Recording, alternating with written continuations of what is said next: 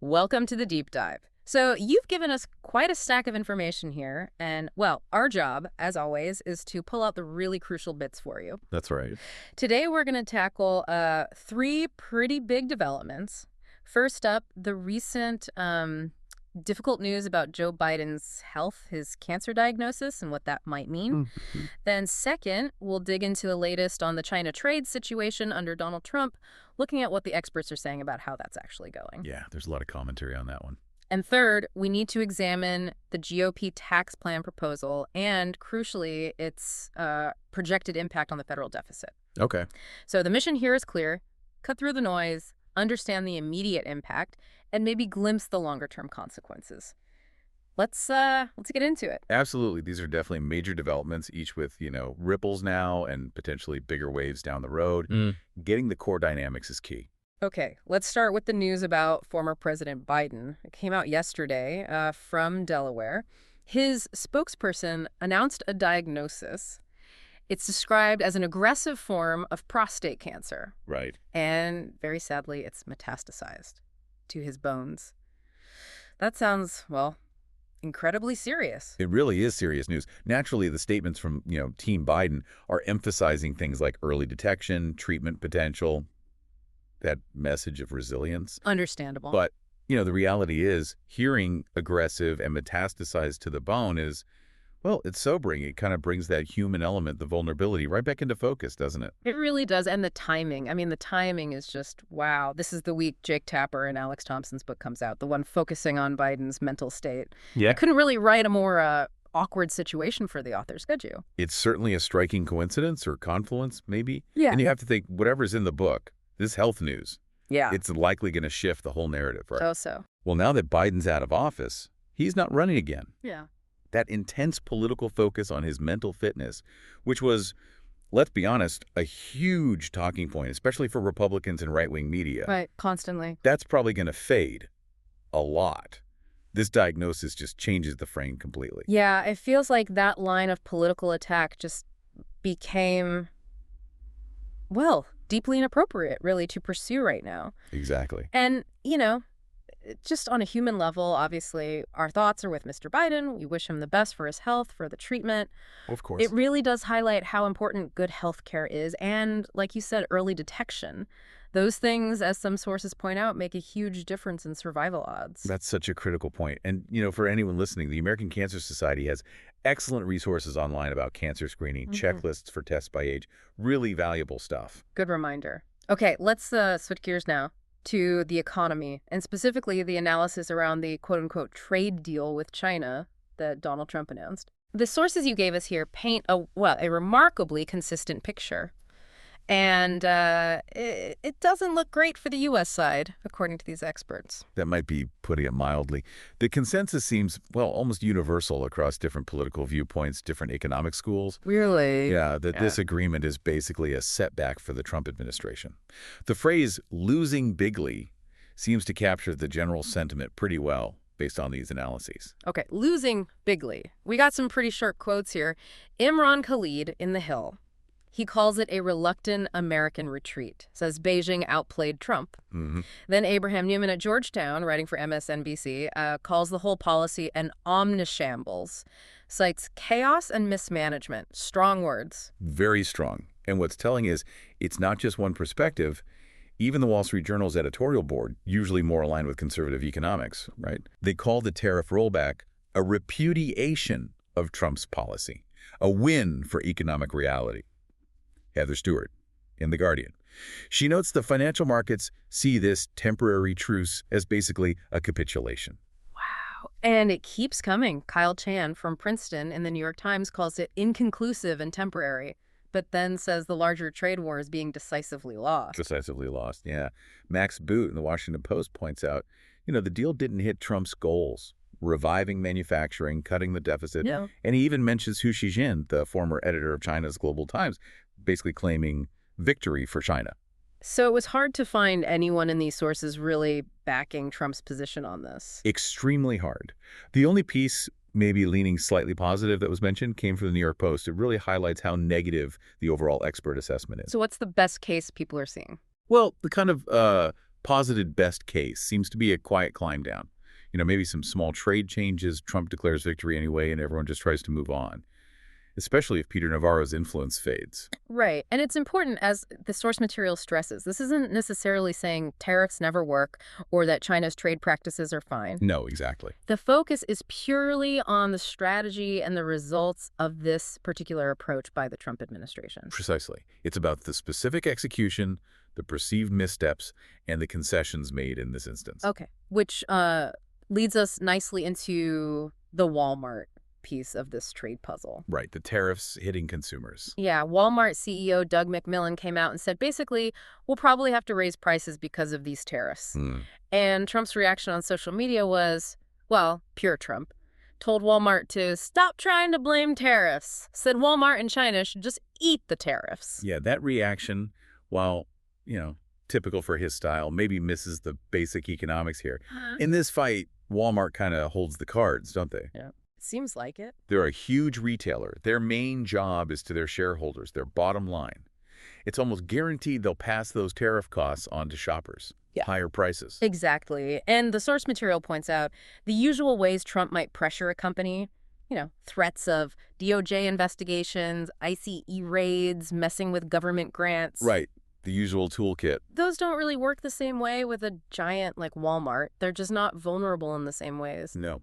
But there's an interesting potential side effect here, isn't there? What's that? By Walmart publicly saying, hey, prices are going up because of tariffs, they accidentally become this really visible messenger. Ah, nice. They're telling American consumers directly, this policy is costing you money. Which, could actually push the administration to maybe back off the trade war quietly, avoid more bad press, avoid upsetting shoppers even more. Interesting angle. Okay, let's pivot one more time. We need to delve into the proposed GOP tax plan. It's making its way through the House. All right, it's the tax and spending. Nothing, Bill. Republicans seem to have made progress, but the initial analyses, well, they suggest it might not hit the mark on fiscal responsibility, particularly the deficit. That's definitely the headline finding from the early looks. Despite, the usual Republican rhetoric about fiscal discipline, this plan is actually projected to increase the federal deficit by nearly $3 trillion over 10 years. $3 trillion? Wow. How? Well, it essentially locks in tax cuts and some spending increases that more than outweigh the cuts they're proposing in places like Medicaid and nutrition assistance. Okay. But we're hearing the counter-argument, right? That classic Republican line. Tax cuts spur growth, growth brings in more revenue, deficit problem solved. We are hearing that argument, yes. But it seems like budget analysts really across the board from different perspectives are looking at that with a lot of skepticism this time. They don't buy it. They seem very doubtful. The general warning is that this plan, as it stands, is probably going to make the country's long-term fiscal picture worse, not better. Now, the bill did get through the Budget Committee. But not easily. No, not without some internal drama. Some conservative members were holding out initially, highlighting those ongoing tensions within the party. Yeah, you see those fault lines again, don't you? The tax cut wing wants lower rates locked in permanently, if possible. Right. While the more fiscally hawkish group wants deeper spending cuts faster. We saw some conservatives end up voting present eventually, right? Shows the disagreement. Exactly. And the concerns are coming from different angles inside the party, too. Some conservatives want, clean energy credits gone faster, bigger entitlement cuts. But then some moderates worry about those energy incentives disappearing too quickly, or they want changes to the SALT deduction cap, the state and local tax thing. Right, the SALT cap. Always contentious. So Speaker Johnson thinks it'll pass the House. Arrington says negotiations continue.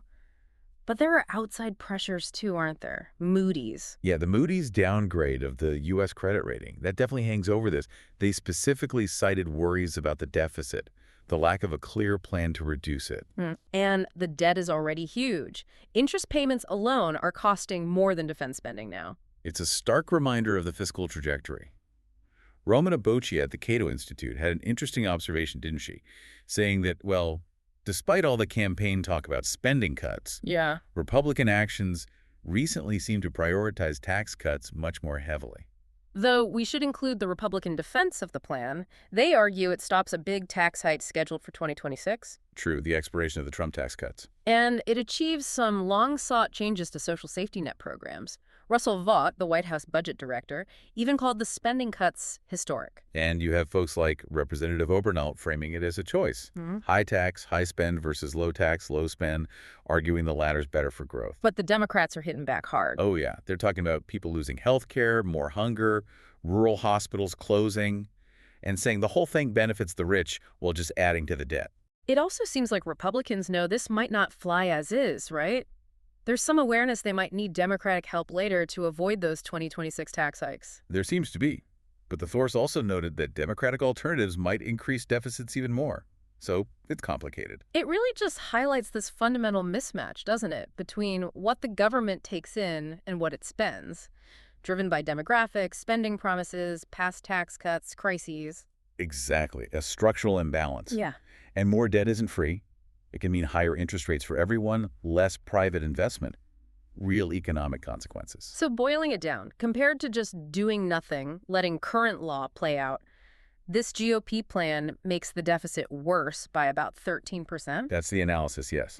Because the tax cuts are just much bigger than the spending cuts. We're talking nearly $4 trillion in tax cuts versus maybe $1.6 trillion in spending reductions. And some spending actually goes up. In certain areas, yeah, Right. like border security, defense. According to the Committee for a Responsible Federal Budget, the net deficit increase compared to doing nothing is around $2.7 trillion. Okay. Though analyst Don Schneider at Piper Sandler did acknowledge, while it worsens the deficit early on, there are some real spending cuts in there, like with Medicaid. True. And the whole Republican bet hinges on growth, right? Growth from tax cuts, deregulation, energy production, hoping that offsets the deficit jump. Which economists are skeptical about. Generally, yes. Yeah. Especially since these projections often don't include potential drags on the economy, like, say, from trade wars. There's also that other argument some Republicans make that the deficit impact looks worse than it is because everyone knows those expiring tax cuts will get extended anyway. Right. They argue if you assume the cuts get extended no matter what, then this bill, with its spending cuts, actually reduces the deficit compared to that baseline. But that's a big assumption. It is. And Mark Golding from the Committee for a Responsible Federal Budget points out the opposite. Having popular cuts scheduled to expire creates huge political pressure to extend them, potentially adding even more to the cost down the line. He called the costs front-loaded. Okay, so let's try to wrap this deep dive up. Key takeaways seem to be Biden's health news adds this layer of, well, human reality and uncertainty. The first read on Trump's China trade moves from the experts we looked at is overwhelmingly negative for the U.S. position. A strong consensus there? And the GOP tax plan, despite aiming for fiscal responsibility, is currently projected to add significantly to the deficit over the next decade. That's the picture painted by the analysis, yes. Yeah. A complex set of evolving situations. So this dive gives you, the listener, a condensed look at these moving parts based on the sources provided. Dynamic issues, definitely potential long-term impacts. Absolutely. So here's something to think about. Considering all this, Biden's health, the trade dynamics, the fiscal path, what basic assumptions maybe about leadership or economic strategy or fiscal responsibility, what's being challenged for you or what's being reinforced? What questions does this raise in your mind about where things are headed? Some food for thought until our next deep dive.